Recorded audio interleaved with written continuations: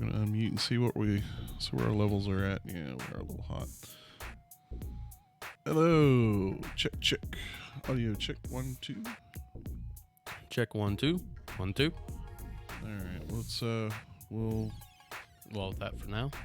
Yeah, we'll go for that and see how that goes. All right.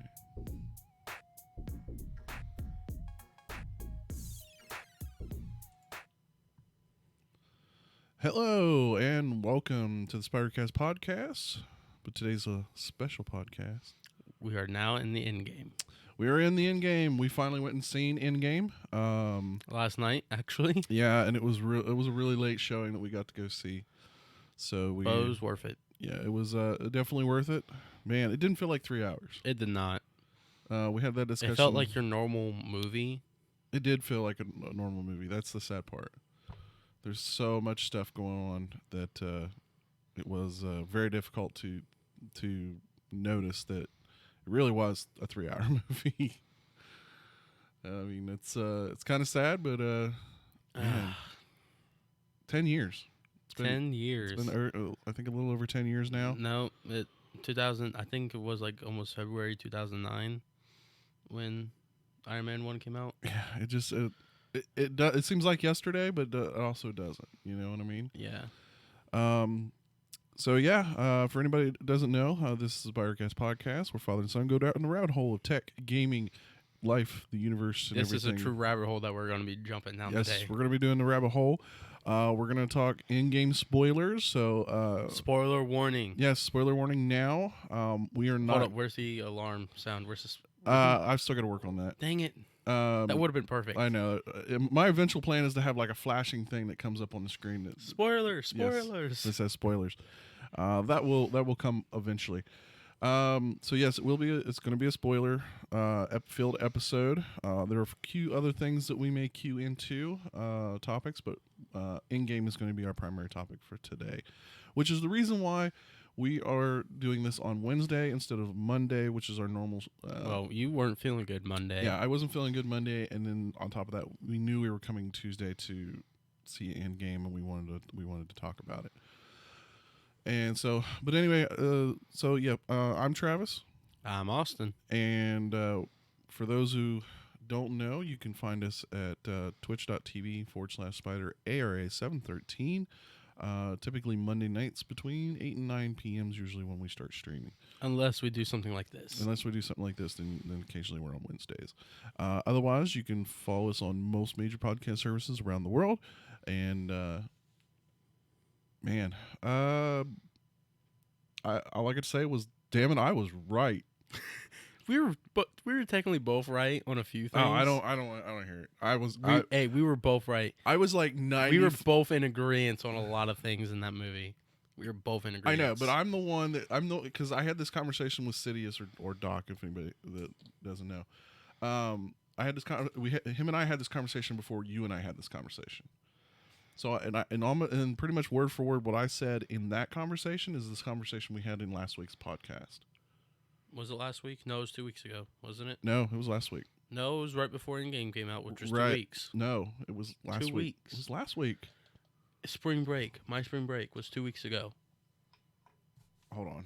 Let me look at Endgame came out on the 26th. Let me look at the docket. I'll tell you for sure, because I'm telling you, I'm right. It was last week. Maybe it was. I know I'm right.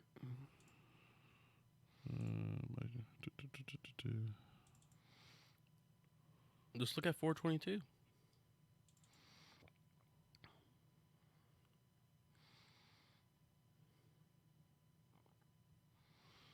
Booyah. I'm pretty sure it was the last episode because it was 429. That was last episode. It is not on there.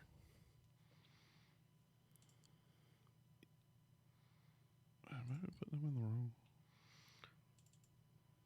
422. Look at that. Was it 422? That was 2 weeks ago.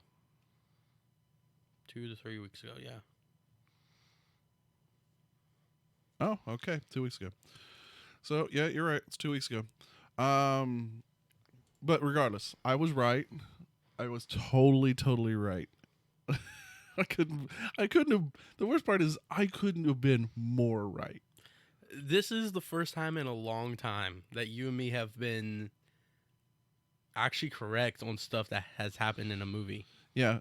Without there even being twists or turns that we didn't see coming with those. Yeah, so to basically kind of recap what the discussion was is we went through all the characters and we said what we thought was going to happen. And so one of the things I said was I'd love to see, if they are going to do the time travel thing, I would love to see Captain America go back in time and live his life out with Peggy Carter. Oh yeah, it was Peggy. I don't know why I kept saying Penny. It was Peggy. I kept saying Penny. Oops. And by God, it fucking happened. I couldn't believe it happened. I almost didn't believe it, but it happened exactly as I predicted, and that's the sad part. It was exactly as I predicted. It was at the dead end of the movie. So he got a happy ending. He got to live out his life. Tony got both endings we were talking about. Yep, Tony technically had both endings. So I was double right there. And Tony got to have a bit of a life. He got to have a child, as we discussed in the podcast. That was something I would like to have seen. And he got to die a hero. I mean, he went out with a blaze of glory. I am Iron Man. Now, speaking of which, I just watched a video that was talking about an interview that the Russo brothers just did. Apparently, the very end where he goes, "I am Iron Man," that was a reshoot, and he didn't originally want to do it. That was apparently not part. Apparently, in the original cut of the scene, he was not supposed to say anything. He was supposed to just snap his fingers. Oh, nice. So, what, they talked him into doing it? Yeah, apparently it was like kind of as a callback to the first movie, right? That was exactly it. They wanted something to commemorate the past 10 years all in one. And apparently they had sat down with Robert Downey Jr. for dinner with him and a friend of his, and the directors were like, "Look, we'd like for you to reshoot this one scene," and he was very apprehensive about doing it. And I kind of understand his point, because was this movie an emotional train wreck? I was going from laughing to crying to, I mean, just from one emotion to the other. Oh, there was times last night where the theater was an uproar of laughter. If the whole theater wasn't crying at certain parts, they don't have a soul. Yeah, it was certainly it was a roller coaster of emotion. Yeah, it was absolutely crazy level of emotion. For me personally, one of the few movies so far in my life that has made me cry. I won't say that there's movies that made me cry, but I don't think I've cried as much. My eyes were teary through most of the movie. I mean, that's the sad part. And the way they started it, oh my. Yeah, the way they started it was, the first scenes you see. It's Hawkeye and him losing his family, which plays a big part of the. Which we all kind of. We knew that, right? That's how he was going to get involved. Well, we knew that was his family back. We knew that was how he was going to turn into the Ronin character. And he almost basically guaranteed calling his daughter Hawkeye. Yeah, well, she's going to be the next one up. I think in the comics, I think his daughter did take his mantle at some point. So that kind of leaves the thing open. I watched something earlier today. It was having to do with who will take up the mantle of Iron Man, and it was talking about that end scene with the funeral for Tony. We were right. That kid. You think it's gonna be the kid? We're kind of jumping around. Let's kind of start from. So at the beginning of the movie, we see Hawkeye lose his family. That was the one scene we didn't sort of see from the decimation point. We kind of knew it happened. So we see the scene. He's having a good time. He's on his farm. They show the ankle bracelet. He's being happy, being the family guy that he wanted to be before Civil War. Only for him to turn around and see dust and see his daughter's gone. And then he turns around to his son and his. Well, he didn't even know what was going on. And his wife, and we see their dust. And Yeah, so very like I said, they start right pulling at the heartstrings, right at right at the beginning, and They know how to get you going. and then we ultimately we see that um, oh shoot, who's you calling that's right there in the show Huh? at the beginning of the why You said show. I know I said show, but I was movie. Who they show? Black Widow. Oh yeah, Natasha. Yeah, Natasha's running. Seems to be kind of running the show, kind of keeping up with the different people that are left. Because wait, yeah. Yeah, Okay. it moves into I jumped her ahead in my head. having she's been kind of having like meetings with different crew and Well, and then hold on. After the Hawkeye shows Tony and Nebula oh yeah in Milano right in dead space. right they're pretty much dead in space. Ultimately, they did get rescued by Captain Marvel, Captain nonetheless. Marvel, which is kind of funny but kind of weird considering she hadn't been on Earth yet, or back to Earth yet. No, she had. At the end of the Captain Marvel movie, remember? The end credit scene where the responder stopped blinking. She had showed up because they didn't show that in the movie. That was strictly Captain Marvel. So she had been there and they told her, look, we're missing this person. Last we know, he was out there. Go find him. I don't remember that. They didn't tell her that, but I'm in We're- that scene. Yeah, But I'm kind of guessing that's how she found out, hey, I need to go look for Tony. yeah, we're not 100% sure of how she knew where to look for Tony. But she does end up rescuing them, brings them back to Earth, which must mean, she definitely had the ability to space travel and, quick and long distance, which was a speculation that everybody had based on some of obviously her comic book Light character. speed. So, yeah, she managed to bring him back to Earth. Tony was severely ill. Malnourished. Yeah. And it was a big surprise to see Nebula being really the good guy, I think, in this movie. Yeah,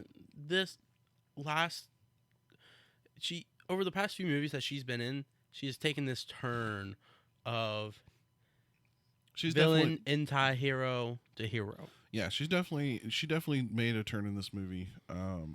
for the better. Yeah, she did the redemption arc, I think, in this story, and but yeah, they make it back to Earth. Obviously, Tony is pretty well distraught. It amazes me that the closeness that Tony had with Spider-Man. That's the kind of an odd characteristic, but he was almost a Well, that was almost a father-son and that's kind what, of deal. like, but there feels like there's something more, like there's something that we haven't been told between the two. Tony's always had a fondness for Spider-Man based on what we've seen, but we didn't know it went this far. But he was just distraught over losing. He even says, "I lost the boy." That was his response. To the other characters. Once he got back to And Tony just ends up just totally collapsing. And they're talking about going after Thanos because now with Nebula's back, or trying to get any ideas from Tony right at all of how to defeat him or where he might be at. And ultimately, Nebula knew pretty much where he was going to go. Apparently, someplace he'd always talked about. Called the Garden. They called it the Garden. And ultimately, and this was a trailer scene where she says he used the stones again because they were able to track the energy signature that the stones give off when they're being used.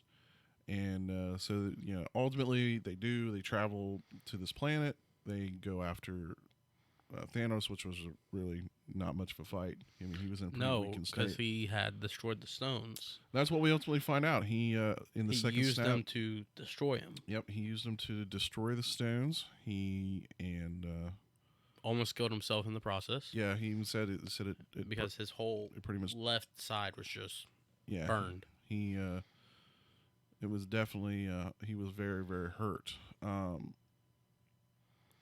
and you know what we see next. And this is the thing that City has brought up, or Doc, depending on how you know him. This movie really pushed the PG-13. Oh yeah, definitely. Because the amount of cuss words that were in it, right? How much? Well, the thing for me is they went a little light on the blood, which is thinks how they kind of managed to keep the PG-13 character rank. They got close though. But during the scuffle with Thanos, obviously they chopped off his hand to make sure that he couldn't use it. Right, because obviously they didn't know he didn't have the stones, and then that's when the thing rolled over and they realized he didn't have the stones on it. And they're, and then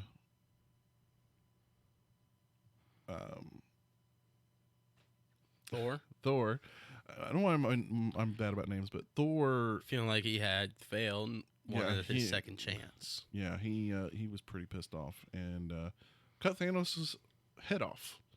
We saw the head roll on the floor. Yep. And so, yeah. After the uncanny line of "I am inevitable." I'm inevitable. Yeah, you can say that better than I can right now. So yeah, and so the characters are now like, well, what are we gonna do? And there's that kind of. Well, they all walk out, and then there's the time gap. So yeah, there was a time jump, if you will, which goes past the 5 years. It says 5 years later, and and this is the point where, we know things. They're all trying to just get by. The world obviously is not healing the way that Thanos thought it was going to, and we're dealing with the chaos, if you will, of what was ultimately, losing half, the world's, half the universe's, the animals, the people, every living creature that was half as much. I mean, that's essentially what it came down to. And then all of a sudden we get into the scene where we see the van that Ant-Man was using. Yep. And there's a rat that flips a switch and he gets shot out the out back of end. All the ways that he could have escaped there. Yeah, that's the way. Splinter. We're all in agreement that it was Splinter from the Ninja Turtles, and the Ninja Turtles courtesy of me are now part of the MCU. Hey, I don't care. That would have been like that would have been kind of cool, but it's a crossover. Anybody knows what we like to drink? We like to drink soda. We're soda people. IBC root beer. Yep, IBC root beer. This is classic. Just so somebody. I think it's the first time I've actually had drinking beer. So he's not old enough for that yet, but he's drinking root beer. IBC, always a good. They also make a really good cream soda. It's always a good one. Oh yeah, I did have the IBC cream soda, didn't I? I almost bought the cream soda, but I've had the cream soda recently, and I'm like, I want root beer. Yeah, you're a bigger root beer guy than I am. Yeah, I love root beer.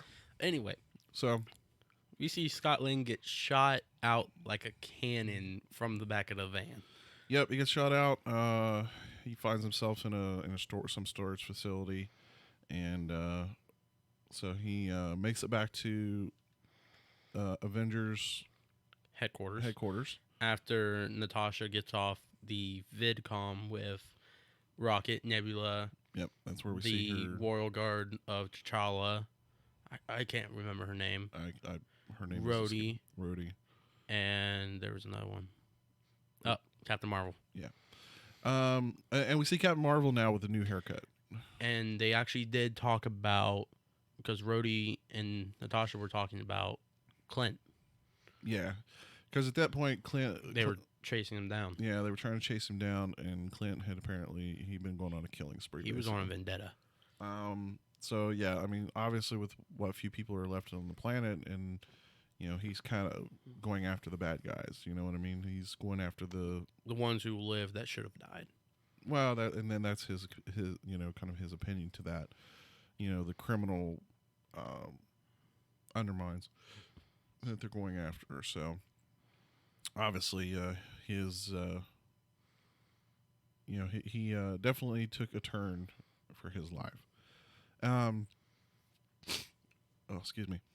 So yeah, Scott Lang shows up to Avengers HQ, and we see that you know the scene that and that was the scene we saw in the trailer. Which originally in the trailer had Archive 87 on it, as in 1987. Yeah, they kind of So they did trick us with that. yeah, they kind of. I thought he was backwards in time somehow, phantoming it. And that's what everybody's thought was somehow, but we knew something wasn't quite right with that scene because of the fact he still had the van with him, and we knew the van was from the future. So,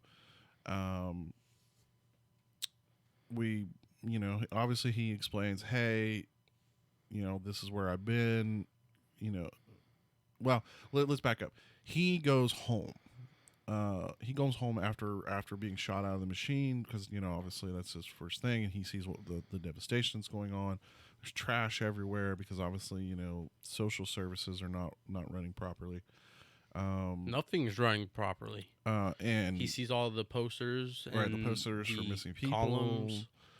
And he gets home, and his daughter is a teenager at this point.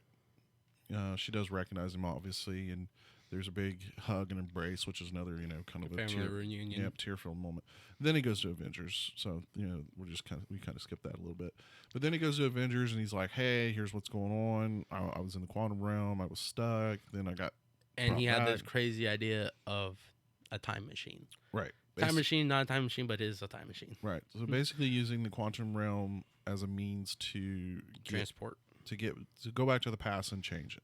The great time heist. Right. As which is kind of fitting, I guess, would be for his character, considering he's a thief. He was a master thief.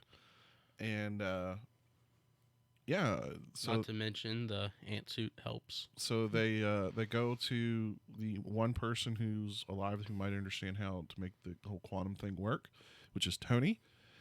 And Tony is like, no way. Yeah, not gonna do it. Well, we find Tony, now has a 5-year-old daughter, which is Morgan, which is Morgan Stark, which apparently who in the comics also takes up the mantle.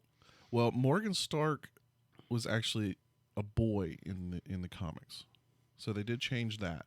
Huh.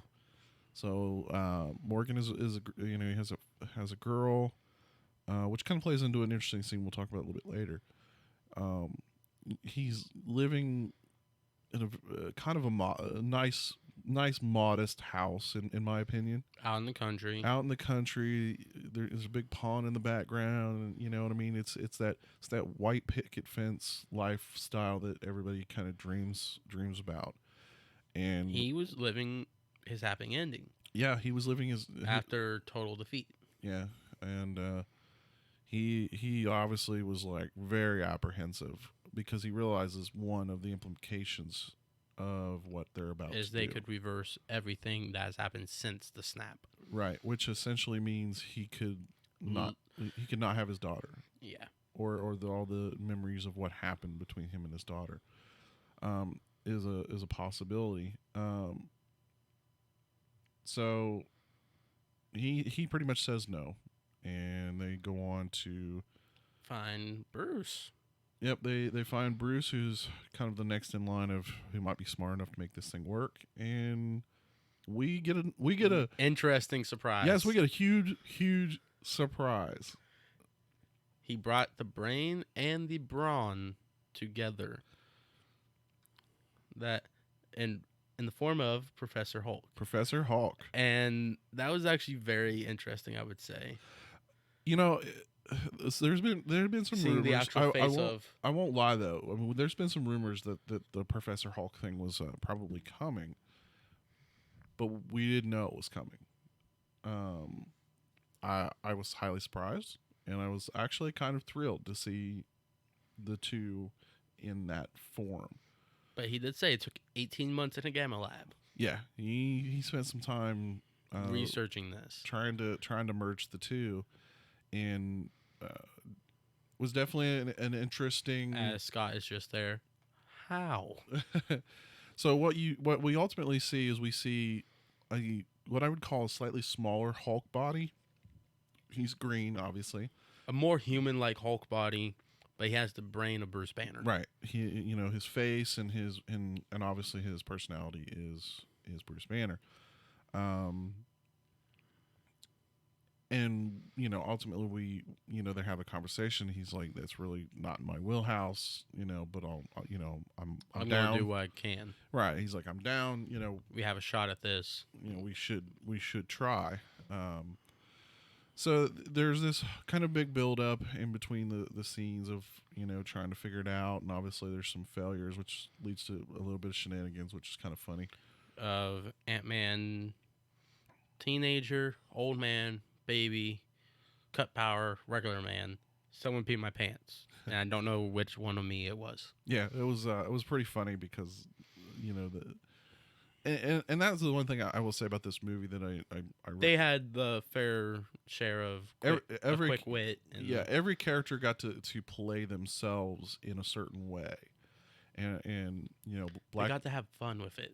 They did. There was some times where they did get to have fun with themselves. Rocket, of course, being the main character who does all that, had I think the most. Right, and probably what I enjoyed the most was the fact that we did get to spend a little bit of time with each of these characters and to know where they're at and why they're there, and enjoying the learning how they're dealing with the decimation as it's come to be called. Cap wasn't dealing with it good, but he was doing what he could. Cap was dealing with it okay, but he always just felt there was something that was nagging at him. Iron Man basically moved on. Black Widow was trying to keep things together. Everyone else was kind of helping her. Right, kind of helping her in most part. Obviously Bruce Banner went on to, put himself back together, I guess would be the proper term. Take his two halves and merge them. And we learn that it was a devastating loss for 5 years, ended up being 5 hours for him. Yeah, that's the thing for Scott Lang. It was he mentioned that it was only 5 hours, so he hadn't aged a bit. So the first attempts were a failure, and of course, after those guys left, apparently Tony was doing dishes at his house after dinner, and Tony came across the photo. Tony being Tony, he couldn't walk away from a problem. And that was part of the problem he had when they originally came to him. He's like, "There's no way to do it. You can't do it." Blah blah blah. And Tony being Tony, he started thinking about the problem and coming up with a response. And what pushed him over the edge was he saw a photo of him and Peter. That's what pushed him over the edge. And so he started working on it on his holo table. Yeah, and the thing is, we see at first we see a picture of him and his dad, and then we saw the picture that he pulls off the shelf. Oh, was that a picture of him and his dad? Well, it wasn't him and his dad. It was a picture of his dad. Oh, yeah. See, I was trying to focus in on that picture, but I couldn't tell what it was.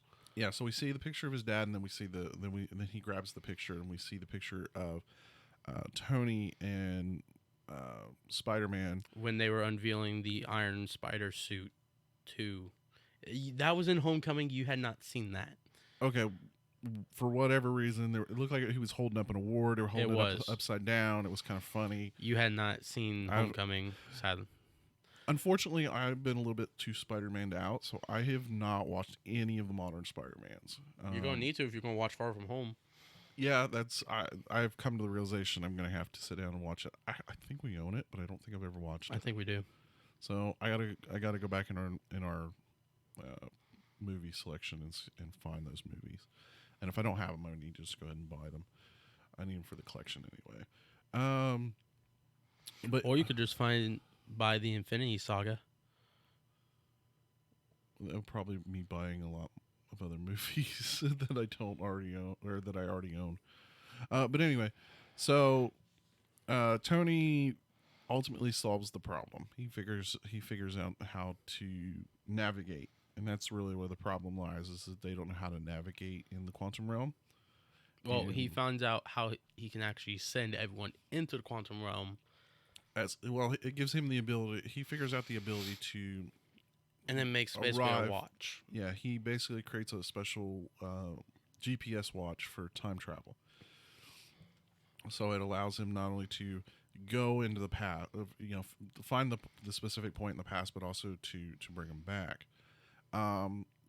So he ultimately shows up and says, hey, I'm here to help. I figured it out, but I've got one condition. And Actually, he had two. what was the second one? The first one was, of course, nothing changes, and that they only go when they do the snap, and this all works. Bring back only everyone. That was don't change anything else. Right. It was bring everybody back, but do not erase the present. But do not erase the past is basically what it comes down to. So not change. I call that a double. Not change. It was the rule was that they brought everybody back from the decimation, but they didn't. They did not change the past. So everybody got brought up 5 years, but they ultimately. Well, they weren't really brought up 5 years. They resumed at the same place they were. They were brought back. They were brought back to life 5 years later. 5 years later, and that they would not change the past, which basically meant he got to keep his daughter.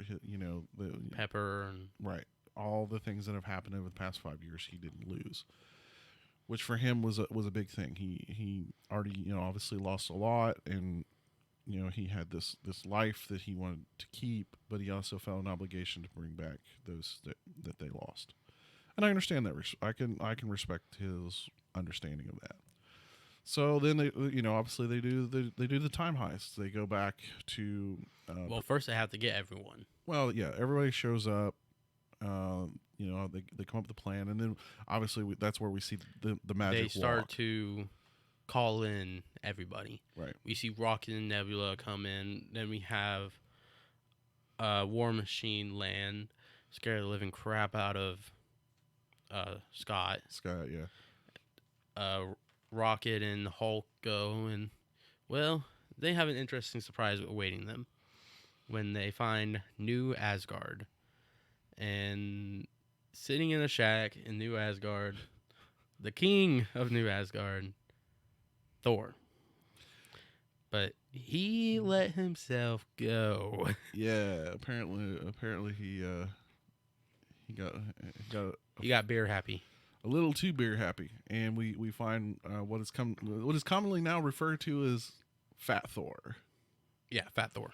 So we see Thor with a big belly, and he's got this giant beard and long nappy hair. He actually had the Viking beard. He actually had it. Yeah, he definitely had the Viking. That's kind of like the one thing I've been wanting his character to have, like these past years, that they just didn't do, and they did it this time around. Yeah, it was kind of weird that if only he did not have the the beer belly. Yeah. So he definitely let Master 69. Yeah. So, but yeah, we see Valkyrie obviously at the beginning of this scene, and she's kind of taken over as leader, if you will. She's been in the absence of Thor. So yeah, they've kind of carved themselves a little corner of the planet, and they're a fishing community, and kind of I guess kind of going back to their roots in a way of Asgard, and just surviving. That's there's not trying to survive and rebuild. Right, there's not a ton of them left, obviously, and because not only was their home decimated and a lot of them were killed during that, the snap also reduced half of them. Well, and remember the one ship that they were the big portion Thanos of also killed a lot of those. Killed a lot of those on top of that. So whoever escaped the ship in time, plus the snap afterwards. Yeah, it was definitely a huge loss for Asgard. And like I said, it was kind of weird because Valkyrie, I guess, was kind of what Thor in this movie was like in Ragnarok. Yeah, she was kind of a drunken pirate, in that respect. And now she's sober, and she's taking the lead and helping their community and grow. And like I said, obviously he's a drunken mess. But obviously they need him to pull this off. To pull this stunt off. So They ultimately convince him that hey, we can undo this. We can. What got him on the ship was, hey, we have beer. Well, yeah, he's like, and we got beer on the ship. What kind? What kind of beer? I say kind of like the ultimate disrespect in that scene is using Stormbreaker as a bottle opener. He does use Stormbreaker as a bottle opener. I saw that. I'm like, what? No. It You're shows, the God of Thunder. You can literally break the top off. It shows that how down he's taken the How far he has fallen. right. And literally the sense how the mighty have fallen. So they get the band back together, as you will, and they make the trip, and they divide into 3 teams because they determine one in 2012 to get the Space Stone, Mind Stone. What was the other one? and the Time Stone. Time Stone, yes. Because they determined that 3 out of the 6 stones were all in the same place at the same time, Which was the fight. which was the original fight in New York. Yep. Which was That linked Tony with Thanos. right.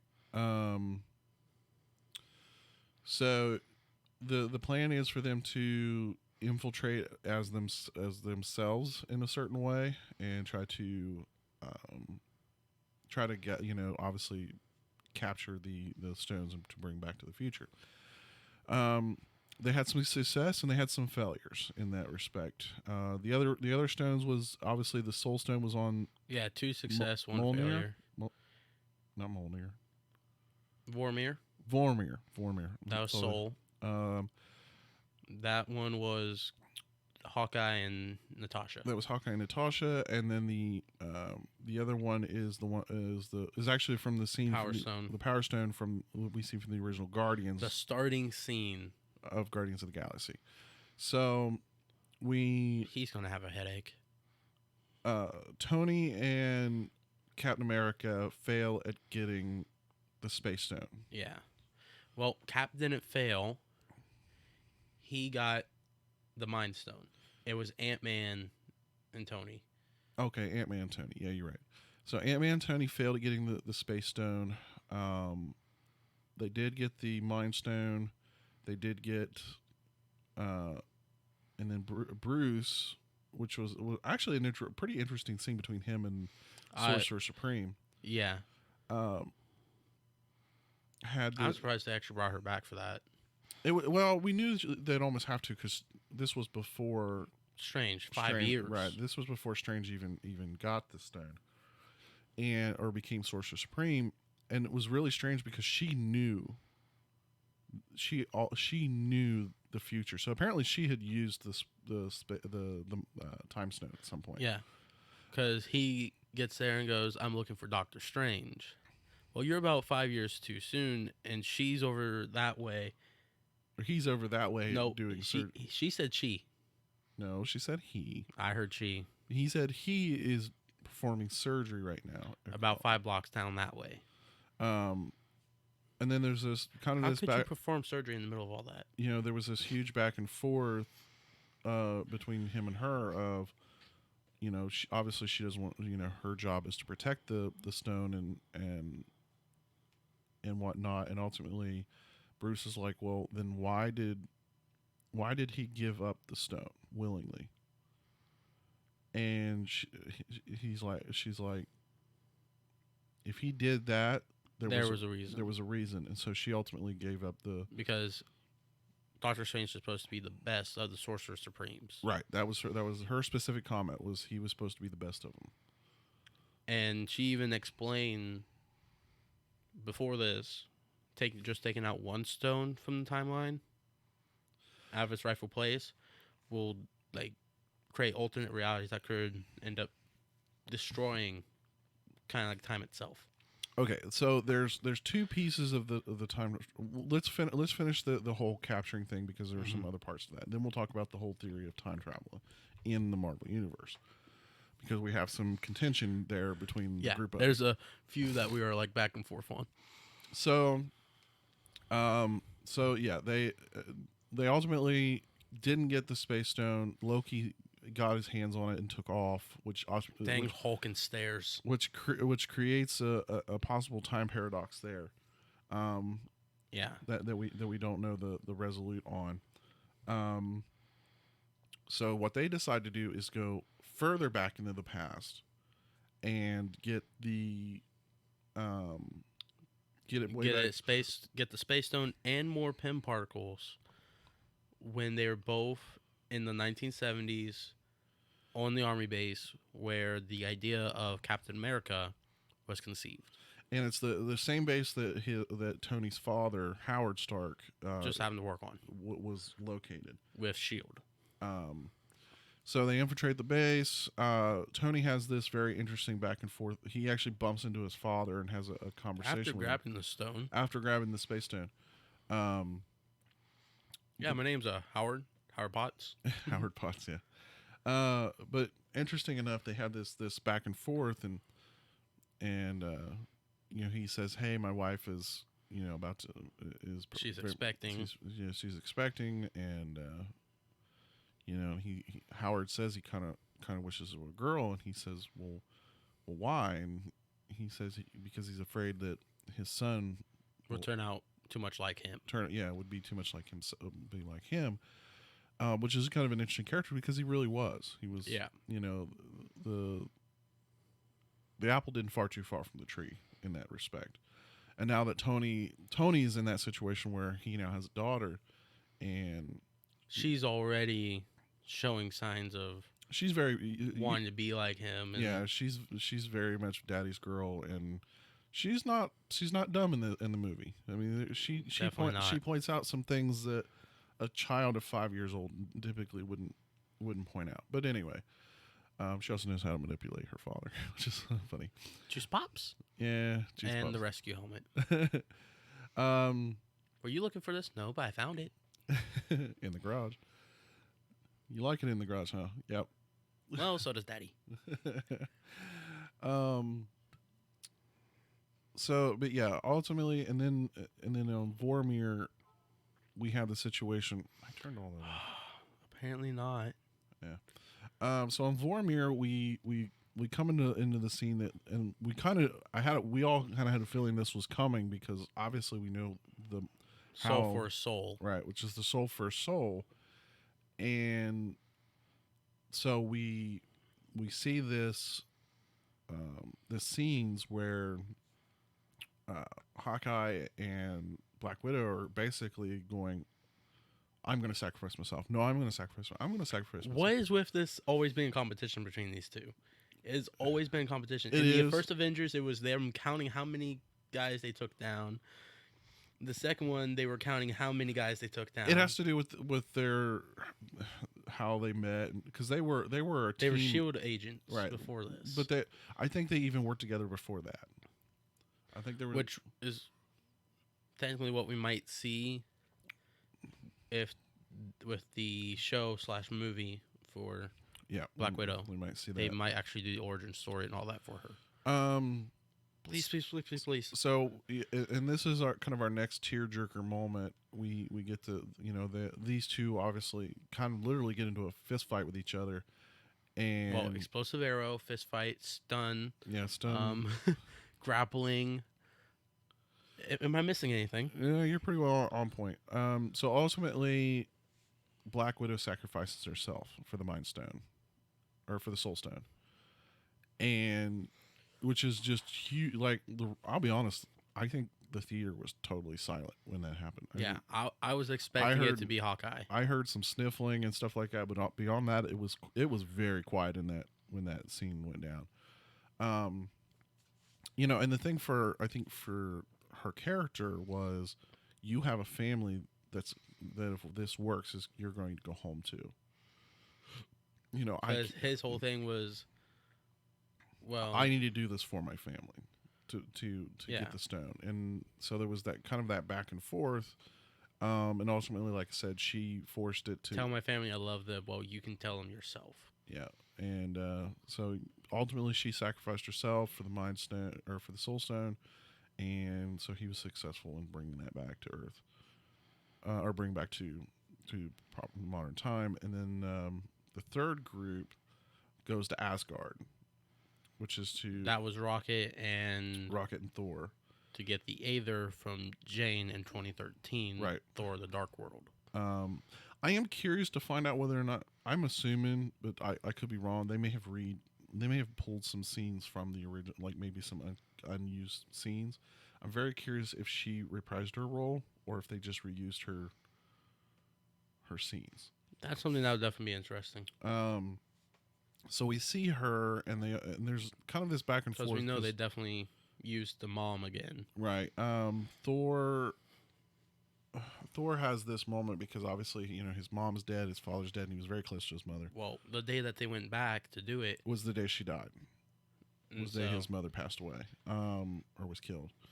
And so he ends up bumping into her, and she immediately somehow knew that he was from the future. Yeah, he was from the future. The only effect was his eye a different color. Yeah, she definitely. Which I actually just realized in this movie, because we got like a straight on look on him for like first time in a while. Yeah, but so he was looking like an Earthling. He got to have kind of that, and that was kind of a tearjerker in a little way too, because he got to have that final moment with his mom, and he ultimately, because she straight up said, "Don't tell me," but she knew something bad was going to happen to her soon, and she knew he was from the future, and there was this kind of like heartfelt back and forth between the two. All in the meanwhile, while Rocket is stabbing Jane to get the Aether out of her, and then is being chased down. Get the rabbit. Get the rabbit. Everybody refers to him as a rabbit. I don't know why. When he doesn't look like a rabbit, I don't get it. But so yeah, ultimately they get what they need. They escape. Well, before they escape, Thor has to, because they're back when Mjolnir. I can't even say it right. His hammer. The hammer. Hammer time. While that was still, unbroken, he wanted to do it one last time. Yeah. Held out his hand. It came to him. But it was this kind of funny moment. Rocket's just like, "What are you doing? What are you doing? Hold on. It takes a second."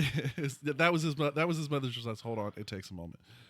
Yes, I'm still worthy. Yeah. And then they go back with the hammer. Right. So he brings the hammer back with him. Which is actually very important in this. Yes, it is. So they managed to get everything together, but there's a problem. After they get the Power Stone, that was a pretty simple scene. Rhodey goes back. But ends up going back with the wrong Nebula. Well, technically, he goes back, but Nebula stays behind because she gets a flash from past Nebula. Yeah, because of Nebula's cybernetics, she started the Nebula of that time started freaking out and started seeing all the data present Nebula's memories from present Nebula. So ultimately, he get the Thanos gets wind basically of the plan and how the plan went down, and he sees his demise. Yeah, even sees his own demise, and pretty much says, "Well, I still won. I still did what I was." Says that was my destiny. Sees his own head get cut off and goes, "And that was destiny fulfilled." So death for him was not even like he didn't care. He didn't care if he lived or died. So that added an interesting dynamic to the character too, of that he didn't care. He was determined whether or not he survived. But yeah, so past self basically now knows that what the future is going to hold. So what they ultimately do, and here's a weird paradox that I haven't figured out yet. Okay, we know that the Nebula from the past, because they ultimately capture the present Nebula. The past Nebula does go back to the other Avengers, and then ultimately, sets up how the old Thor makes it back to current time. But here's a problem. Thor or Thanos? Thanos. How Thanos gets brought back through the quantum portal to present day. Here's my problem with that. They had one pellet, one trip. Yeah. And Nebula had already used it. Well, The yeah, past, the to past. get back. So what we see. No. Here's the thing. She opened up a time portal. But if you watch the scene, you got to remember they need the Pym to travel through the quantum realm. You need the Pym particles. We see the scene where the ship, Thanos' ship, comes through the thing, and it gets bigger. It's getting bigger as it's going through the portal. Because remember, it shoots out the roof. His ship is miles wide. Yeah. So it was it was only as big as the building at that point when it shot out of the thing. That's the part I can't. That's the part of that I think they screwed up. Because it was one pellet, one trip. How did Nebula use it, and then Thanos use it? Unless they found a way to replicate it then and there. But they didn't. But that's they not, didn't show that. Right. There's nothing specifically explained in the movie. So there was a bit of a, if you call it, continuity error in my book. So yeah. So past And Thanos, now into the future with his full meanwhile, army. while all this is happening, the Avengers are figuring out. Well, they're putting together the stones into an iron gauntlet. Right. They're basically Calling it that because it is an Iron Man gauntlet. Right. It's an Iron Man. It's an Iron Man fist that is that was shaped to basically anything. To hold the. And then there's this kind of big debate of who's going to use it. Because they obviously know that Thor wanted to use it. Most of them knew that it would probably kill them. Thanos is truthfully a Titan, and he barely was able to survive it. I think that the only two who could have used it without dying would be Hulk and Thor. And Thor made that point. We ultimately never. Lightning was literally going through his veins. Well, remember, he got shot. He was shot with, a sun. Yeah. In the creation of the Stormbreaker. And he did not die. So ultimately, they determined that Hulk was going to do it. Right. Hulk was the best choice. He had the highest possibility of survival. And plus, he wasn't almost filled with rage like Thor was. Right. Now, at this point, they don't really realize that Thanos is... That they've been tricked by Nebula. Right, and that Thanos is now... The old Thanos is now in current time. So, they do the snap. They supposedly bring everybody back. Hawkeye gets a call from his wife. Right. Ant-Man looks out a window. And then lots of birds and stuff like that. So there's good indication that it worked. And then shortly after, happy moment lived. They're helping Hulk and all that. And then Hulk is very hurt. Yeah, his whole arm. Wait, was it right side? Yeah, it was his right side. side. Because they made that right hand gauntlet, even though the original one was left. Right. So yeah, ultimately we see that his whole right arm's burned up to his neck, right below his chin, and next thing we know, Thanos is raining down, destroying. Yeah, he just destroys the whole facility. Which I don't know how Ant-Man survived taking a full-blown missile from Thanos' ship straight on. Superhero stuff. That's all I'm going to say. Well, here's another continuity error that we don't understand. Okay, remember in the scenes where they're trapped in the rubble, right? Yeah. War Machine, the suit's damaged, and he ejects from the suit. Canopy. Okay? He ejects from the suit, and then a little bit later, he's got a brand new suit. Where was that one hiding? Yeah, we don't... And the suit's and it's different. one that we have not even seen. It's not in War Machine anymore. Yeah, it's somewhat... and I need to readjust those things because you and I both have the same thing. It looks somewhere between a War Machine and an Iron Patriot. Yeah, I was thinking that. Because there was some blue. Was blue. Yeah, it was blue, red, and then you had the gray. Kind of like it was a blue, red, white, and blue. So that's what I was thinking. I was like, is this the new Iron Patriot armor? That's what I'm wondering. Or is this Deep Space War Machine armor? I have no idea. But it definitely was high. Like, the armor plating was definitely much more prominent in this suit. Oh, yeah. But yeah. This was like Doomsday like this is Galactus coming down to Earth, and he's the last one standing, and he needs to make a stand. So obviously all the characters survive, but there's this whole thing of them getting out of the rubble. Hawkeye ends up with the gauntlet. He's trying to keep it away from, Well, he's the only one who lands with the gauntlet under all the rubble in the tunnels. Yeah, in the tunnels underneath the base. So next we see the beginning of the final battle is basically what it comes down to. Well, I will say that the battle we itself... got to talk about Nebula and Gamora first. Well, okay. Gamora obviously is alive on the ship because she is the past. She's the past version. So before Thanos had killed her. Ultimately, there was some banter back and from the present Nebula to the past Gamora, and she ultimately turns on them. Thanos, which same year, so technically she's from 2014. So yeah, and Nebula ends up killing herself, her past self. So there's a bit of a weird timey-wimey stuff. But they explain this, and we can get into this later. She shot herself in present day, which was now her future, which was now her past, but her future was living. It is that it's that whole time. They explained it early on in the movie, and it was just timey-wimey stuff. We have a lot of things. So the beginning of the final battle starts. It's a lot of back and forth. Obviously, nobody's at full strength. Thanos is... Well, Thor, Cap, and Iron Man, the three who, honestly, if this Thanos, they probably could have taken easily.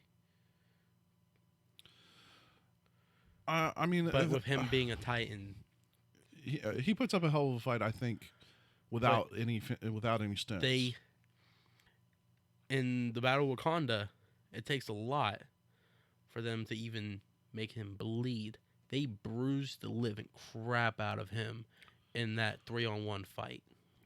Now, so we have the fight. It goes a lot of back and forth. You see Thor dual wielding Stormbreaker and his hammer. Right.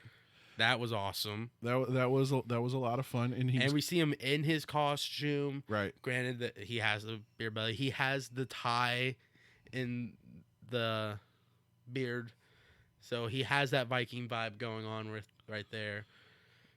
And during the fight scene, we get to see probably what becomes one of probably the most epic moments of the movie in my book. Oh yeah. We see Captain America pick up Mjolnir. Well, no, he didn't pick it up. It came to him. So something had launched it from the spot where it got thrown by Thanos. Because he used he used Iron Man to block it when Thor had threw it at him. It went flying and was not retrieved until that moment where Thanos was about to kill Thor. And then it hits Thanos in the face, comes back, Cap grabs it, and he's able to hold it. He not only holds it, he wields it. Yeah. He straight up, like, calling on the thunder and laying down the smack. We hear Thor, and this was a funny quote right in the middle of all that. I knew it! Yep. Because, of course, they teased this in Age of Ultron when everyone's trying to pick it up after the party. Well, remember Captain America wiggled it. Yeah, he was able to slightly pick it up, and you see Thor, oh crap.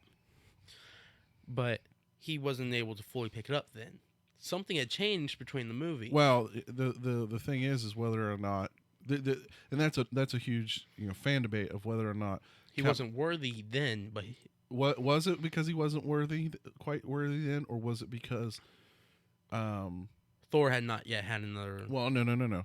The other fan theory of this is was it Captain America trying not to ruin Thor's reputation? Not reputation, but it was kind of a ego thing. Like he didn't want to. Oh yeah, back in when it was Age of Ultron, he had a big ego. Right, it was huge. Ego. And of course, Infinity War destroyed that. Right. So a lot of great back and forth. He picks that up. He's playing ping pong with Thanos by himself. He throws the shield, hits it with Yeah, the hammer, between calls Thor, the thunder. yeah, between Thor and Captain America wielding, and even at one point they switch. So Captain America. No, for that a was in the moment, bigger battle. That was in the bigger battle. Well, later on, okay. At one point They he's call like, him back. "No, give me here. You take this small one," which was his hammer. Yeah. Um, Captain America ends up with Stormbreaker in his hand. Thor looks at him like, "Hey, that's mine." give me that. Goes, "Here, no, you get the small one. Give me the big one." Cap was guilty over knowing about Stark's parents until he came clean on that. Maybe. Maybe. So yeah, Very good possibility. So the huge battle. Obviously they're fighting the full might of Thanos' army, and and then the army comes down, and it's kind of those three, and there's Thanos' army. Right, Thanos' army is just strung out across million versus 3, and then we have Ant-Man and War Machine along with Rocket come out of the rubble. We have Hulk come out of there as well, and we also have Hawkeye joins in a little later. But then the portals start opening up. Portals open up everywhere, and they reverse the snap. So portals open up everywhere, and it's everyone from Wakanda. It is Spider-Man. It's people. It's the Guardians from Titan, along with Strange and Spider-Man. We have, oh my God, who else? Okay. Pretty much anybody from Infinity War obviously was there. Along with there was a character that was apparently there that we missed. Who did we miss? Howard the Duck was apparently in. Bull crap. No. Doc had Sidious can attest to this because he showed me the picture. There's a picture. Howard the Duck is like in the background holding a machine gun. Howard the Duck. I need to see this photo. Yeah, I'll have to show you. This happened after you went to bed. Him and I were just talking, and he saw that scene. So is that what the big laugh I heard you guys doing? Yes, right after probably. I went to bed? Yes, that would have had to been it. So yes. Yep. Yes, blink and you missed it. Yep. I probably blinked. Yeah, it was like I totally missed it, but apparently Howard the Duck is right then when they're calling the army and they're all coming in. We see one character that was very well hinted on, and that we all wanted to see. We see Rescue. Yes, we get to see Pepper Potts. Strangely enough, that suit didn't look right. Maybe because of the CG they didn't quite do it right, but. Because we saw a flash picture that she showed on Instagram, I think, of her in the top part of the suit, and it was almost like a purple suit. It didn't quite look like that in Endgame. No, it was a bluish silver. Yeah, it was like a bluish silver. So, yeah, we definitely get to see the big, huge final battle. It's a lot of back and forth, and because we're already running pretty late in this podcast, I want Scarlet Witch almost tears Thanos apart. Yeah, Scarlet, man, she was pissed. You took everything from me. Because here's the thing, when they did their snap, they said part of the rules is they would only bring those back that were part of the snap, and there was even Vision did not come back. Yep, we did not get Vision back. The other thing was that in Hulk, ultimately, or Bruce Banner said he tried to bring back Natasha and couldn't. So she was not. What the hell's? That's for your Facebook blowing up. Probably. So those characters did not make it back for the final fight. So ultimately, the final fight, it's a lot of back and forth. Captain Marvel comes in with a grand entrance. Yep, she comes in with a grand entrance. There was probably one of the greatest female MCU scenes I've ever seen. All the female characters besides... Hold on, let's back up before we get into that. So essentially what this fight ends up being is a huge hot potato. Oh, yeah. It's who can get the gauntlet. Right. It's to keeping the gauntlet away from... It goes from Hawkeye to Black Panther to Spider-Man, and then we have... Then Rescue helps Spider-Man. Helps Spider-Man, and then we have... And then the female groups, so it was Valkyrie, Rescue, Cap Marvel... Shuri, Royal Guard. Missing a few. I'm sure we are. All the great female Scarlet Witch. Scarlet Witch. And so it's just this huge battle. It's the biggest push you ever seen to get to the van to get the gauntlet back in time. Right. They want to send the gauntlet back. So ultimately, Thanos ends up back with the gauntlet, and then there's a little bit of a back and forth battle to keep him from, snapping his fingers. Captain Marvel got her butt handed to her in 1v1. She still put up a pretty good fight. She did. She definitely. But of course, Sidious brought up last night as we were talking about this at 1:30 in the morning. He took out the Power Stone, held it in his hand, and just straight on hit her with full force of the Power Stone. Of a Power Stone. So she got the full force of a... It sent her flying. And at this point, this is probably one of the crucial moments in the movie. Strange is making sure the whole area doesn't flood. And he looks over at Tony, who is sitting there almost in like the feet again, and holds up one finger. This is the 1 in 14 million chance. Yeah. So Tony goes after Thanos, and we see him. He's holding the Infinity Gauntlet, or his version of the Infinity Gauntlet, keeping Thanos from snapping his fingers, and then Thanos basically ends up swatting him away. He comes back real quick. He gets ready he goes to snap his fingers, and nothing.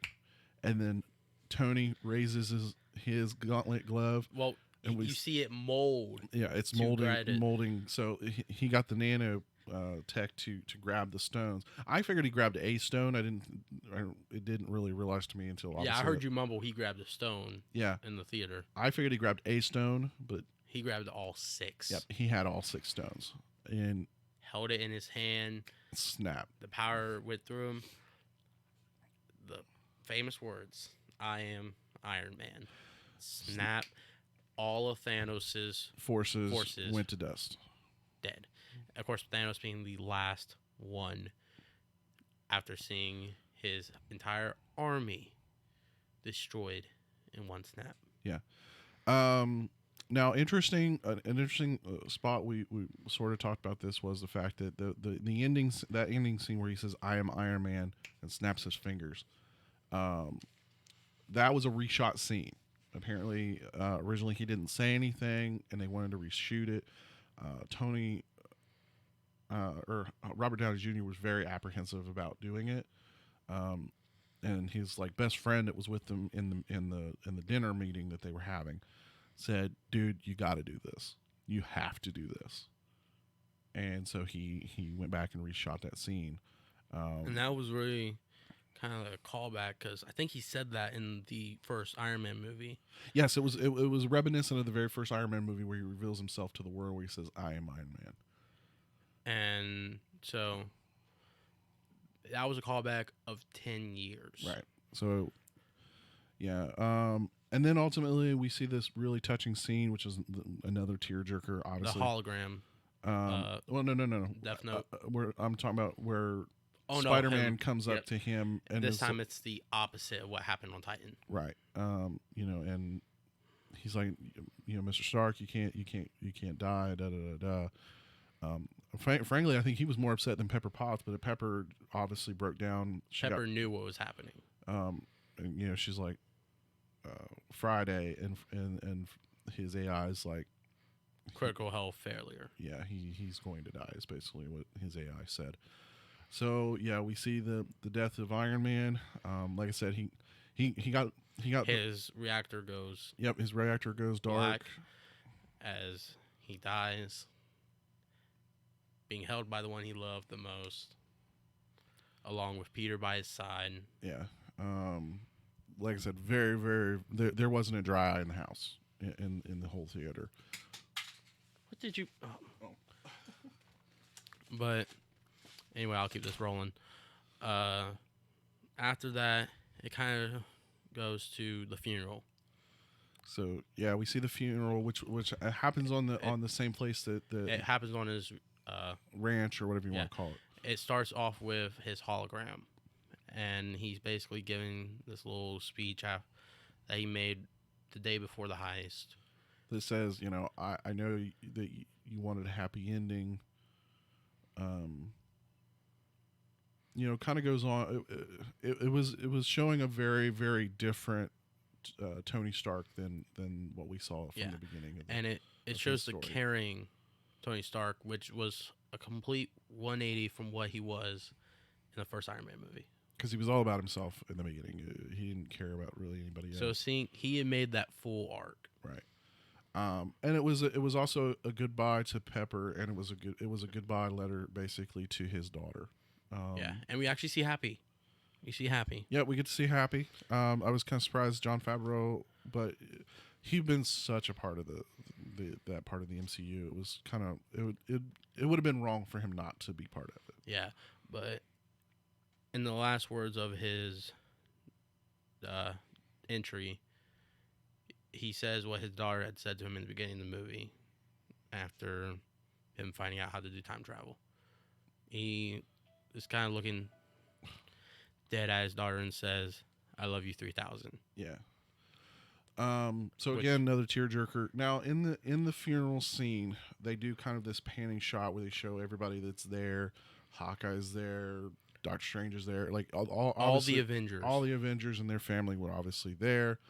And then we had this. There was this one character, and I'm 99% sure. I guarantee this is who it is.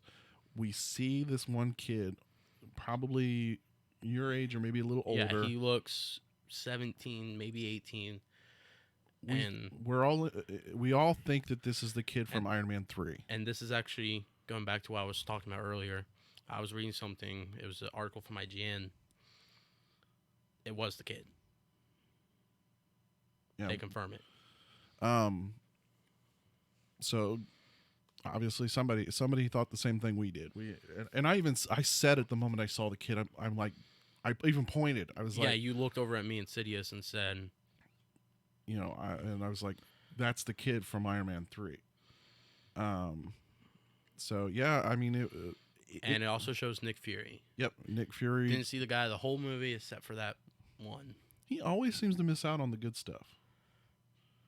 Well, he's always the one running the stuff in the background. He usually is, but I'm sure at this point he probably missed one. I want to see one good old Nick Fury fight scene, other than Captain Marvel. Yeah, somewhere other than Captain Marvel, and we might, well, because obviously he's going to be a part of Far From Home, which in my opinion, I think they ruined things a little bit with Far From Home. They should have pushed that movie off a little bit. Yeah, because that kind of spoiled. It really did spoil a little bit of what was happening. In fact, the newest trailer at the very beginning.